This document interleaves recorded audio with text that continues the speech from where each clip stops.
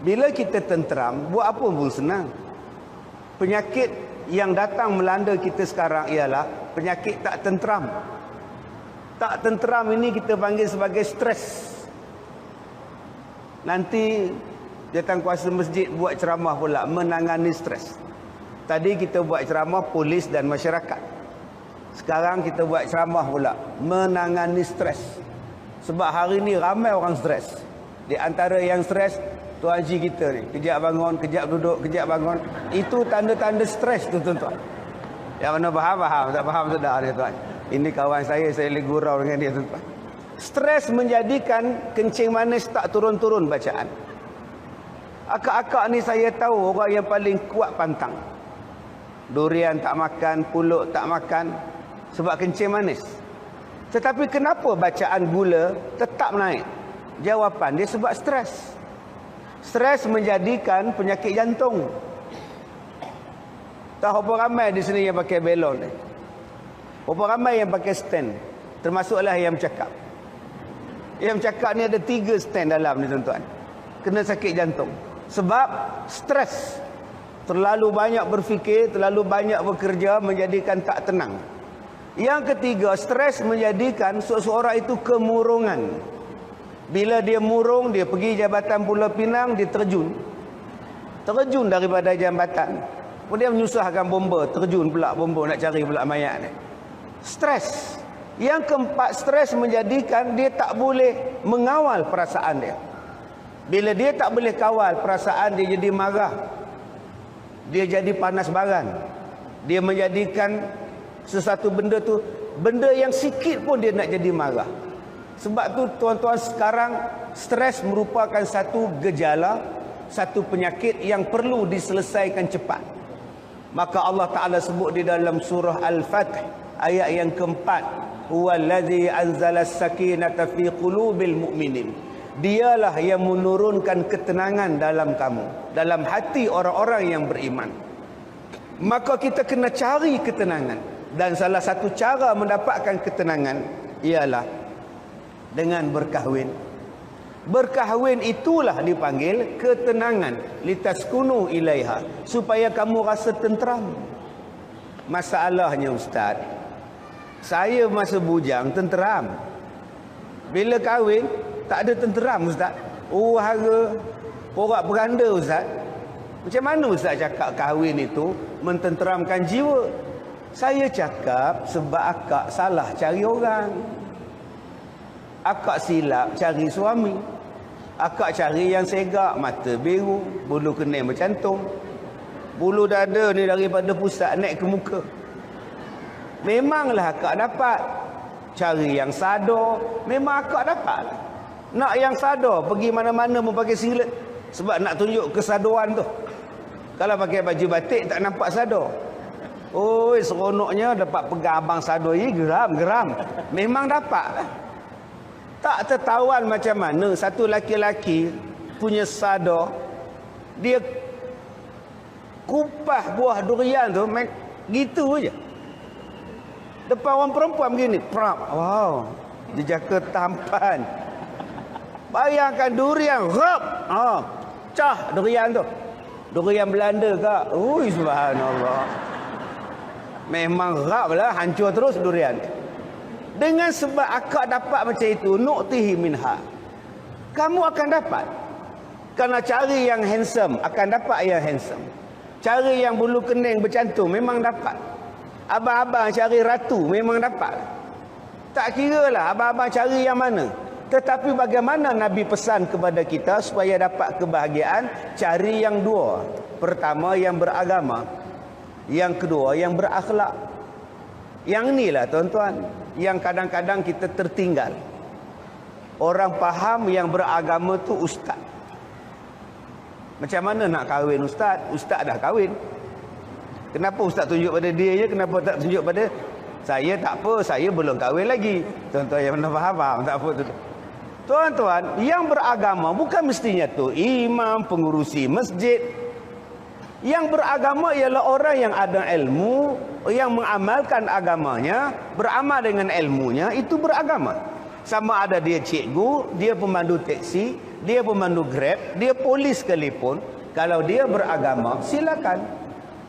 Masalah kita sekarang, kita tak tengok yang beragama. Kita tengok yang berkereta. Datang minang anak kita.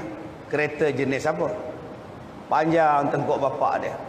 Vampire Minah kata dia. Bukan vampire bang, Vampire. Oh, aku ingatkan vampire tu Pontianak kata dia. Dia tengok dulu. Yang kedua, kerjaannya apa? Soalan yang ditanya, apa kerja awak?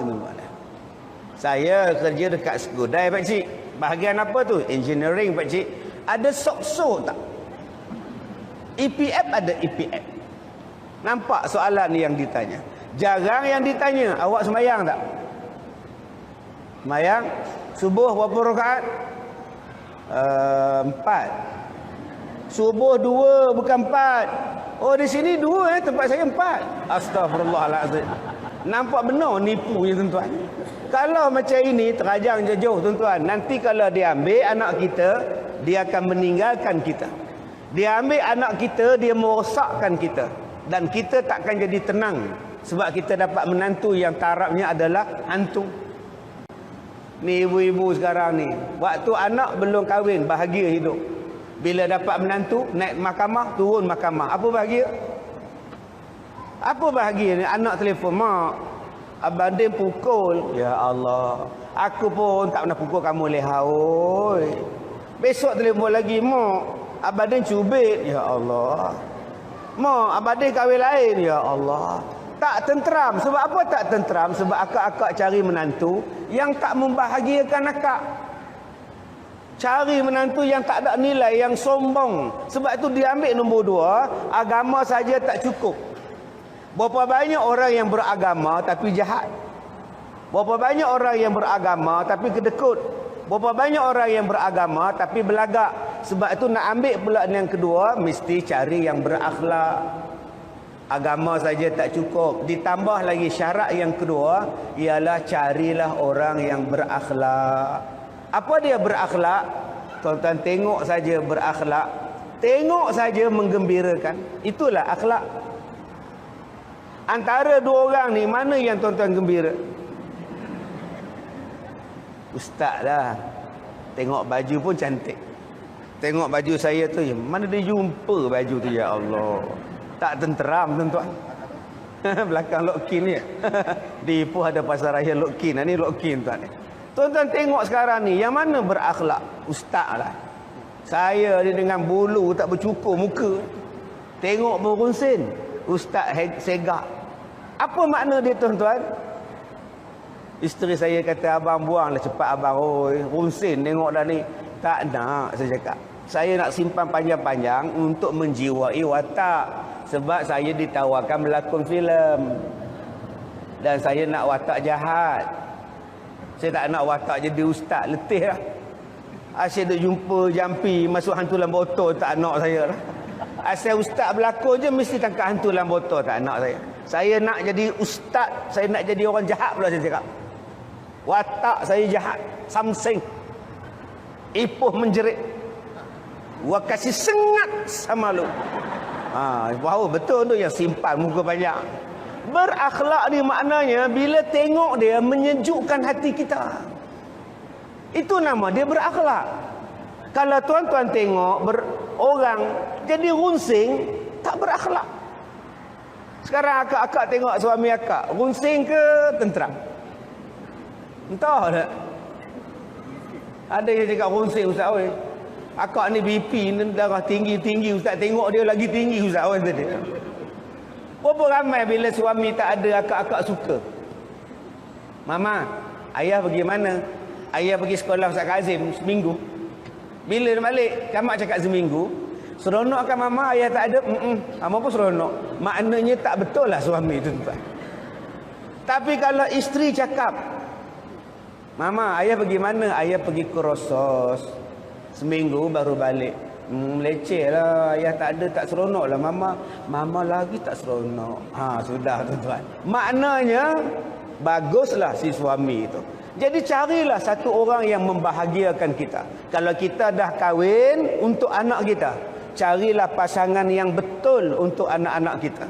Carilah pasangan hidup betul-betul oh kawan. Bahagia berseri, rumah tangga akan harmoni. Cari yang berakhlak. Tadi saya sebut yang berakhlak, tengok pada wajahnya, yang mententeramkan hati.